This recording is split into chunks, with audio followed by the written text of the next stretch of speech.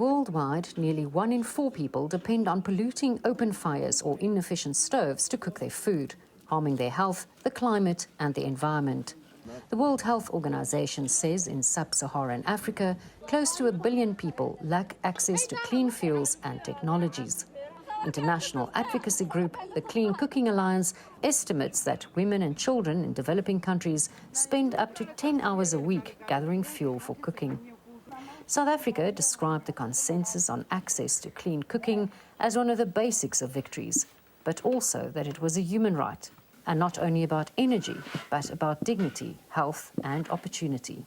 So we have agreed that before you have a conversation about the economic manifestations of what that is, principally is about your right to life.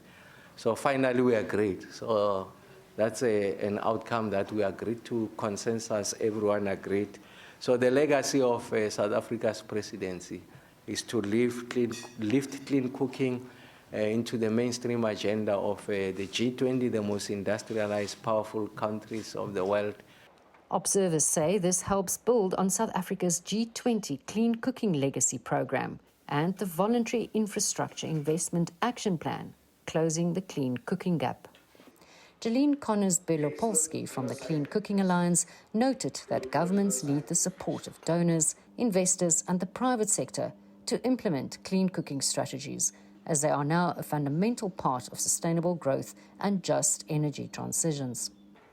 Meanwhile, South Africa says while there was no consensus on all key priority areas, which included energy security, just energy transitions, research and innovation, work continues with projects supported by the African Union, the European Union and individual states.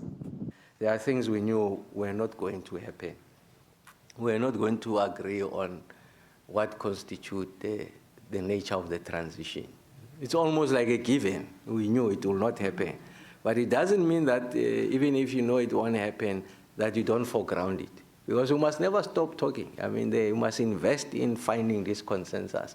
And you see, the more we talk, the more we narrow the gap.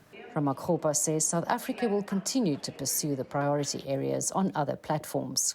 Renee Heine, SABC News, Durban.